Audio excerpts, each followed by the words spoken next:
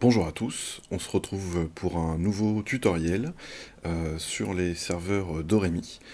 Dans le précédent tutoriel, nous avions vu comment récupérer un contenu qui était sur le serveur de projection Doremi et le récupérer directement depuis le serveur en branchant un disque ou une clé USB dessus qui nécessitait d'être formaté par contre d'une façon assez particulière, et surtout c'était une opération qui était assez longue.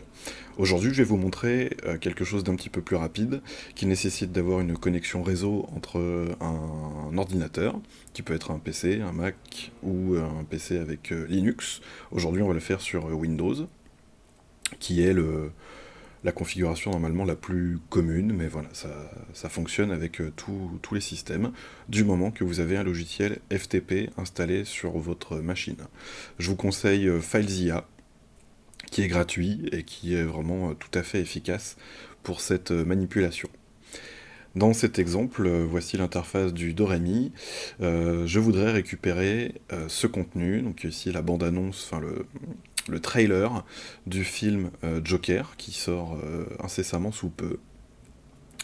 Je vous montre avec une bande-annonce tout simplement, car c'est plus léger et plus rapide. Euh, Ça fonctionne très bien pour tous les types de contenus, que ce soit des petits contenus comme une bande-annonce ou un teaser, ou un feature, un long métrage, un court métrage complet, il n'y a pas de problème. Je veux donc récupérer ce contenu depuis mon serveur Doremi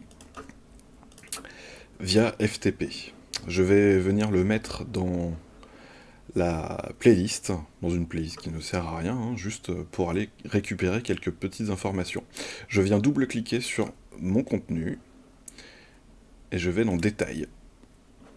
Hop, on va faire... Voilà, on a récupéré l'affichage, il y a des petits bugs d'affichage des fois. Et ce qui m'intéresse en fait, c'est l'ID qui se trouve ici, puisque sur le serveur, quand on y accède, pardon, via FTP, on ne trouve pas les dossiers qui s'appellent Joker, TLR, F6, etc. Mais en fait, on va les trouver par ID. Donc là, je vois que l'ID commence par 1A 52 14 8B. Donc je vais bien mémoriser cette partie.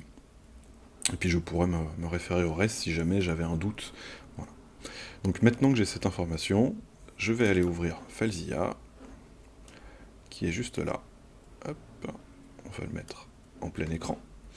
Et donc j'ai déjà créé sur mon bureau un dossier pour venir le récupérer. Dans Hôte, je vais tout simplement venir taper l'adresse de mon serveur, l'adresse IP de mon serveur. Hop. L'identifiant, alors sur le Doremi, normalement ça doit être manager. Et pour le mot de passe, eh bien, vous devez le connaître, ils peuvent être différents en fonction du serveur ou de l'installation, donc je ne peux pas vous le fournir. Le port est 21, et puis on peut tout de suite faire une connexion rapide. Je me retrouve maintenant, on va se faire un petit peu de place ici, pour y voir quelque chose. Je vois que sur donc, le site distant qui correspond bien à mon serveur Doremi, j'ai plusieurs dossiers, et celui qui nous intéresse ici, c'est le dossier Assets. Donc on va double-cliquer dessus, et je vois que, voilà, que j'ai plein de dossiers, que je retrouve aussi ici, avec plein de numéros. Donc je me rappelle que le mien, normalement, on va vérifier. Hop. Je vais y arriver. 1A52, c'est bien ça, c'est bien celui-ci.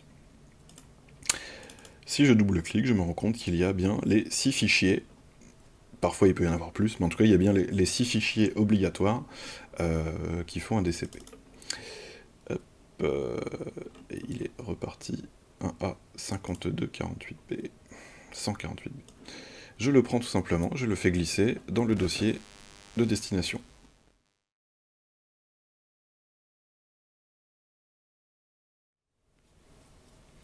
Le voilà qui est terminé. On peut fermer FileZilla, et si nous allons chercher dans le dossier dans lequel nous avons rapatrié ce DCP, je vois donc qu'il a toujours ce nom un petit peu pas très pratique, dirons-nous. Et donc la petite astuce, en fait, pour pouvoir le récupérer, c'est de venir faire un clic droit, alors hop, sur ce fichier XML, hop, on peut l'ouvrir avec un éditeur de texte, on peut retrouver ici le nom de notre CPL. Donc je vais venir faire un clic droit dessus, le copier, je peux fermer ça, hop, clic droit, renommer sur le dossier, et clic droit, coller. Un petit appui sur Entrée, et voilà. Nous avons rapatrié sur notre machine notre DCP, ou en tout cas ce CPL-là, et maintenant on peut le transférer via un disque dur, via une autre connexion réseau par exemple, sur un autre matériel ou, de stockage ou de projection. J'espère que cette petite astuce, ce petit tutoriel vous sera utile, et on se retrouve normalement assez vite pour d'autres petites vidéos. J'en ai pas mal dans les tuyaux, il faut juste que je trouve le temps de les faire. Je vous souhaite de très bonnes projections dans vos cabines, et à très bientôt sur la chaîne de l'opérateur dans la cabine.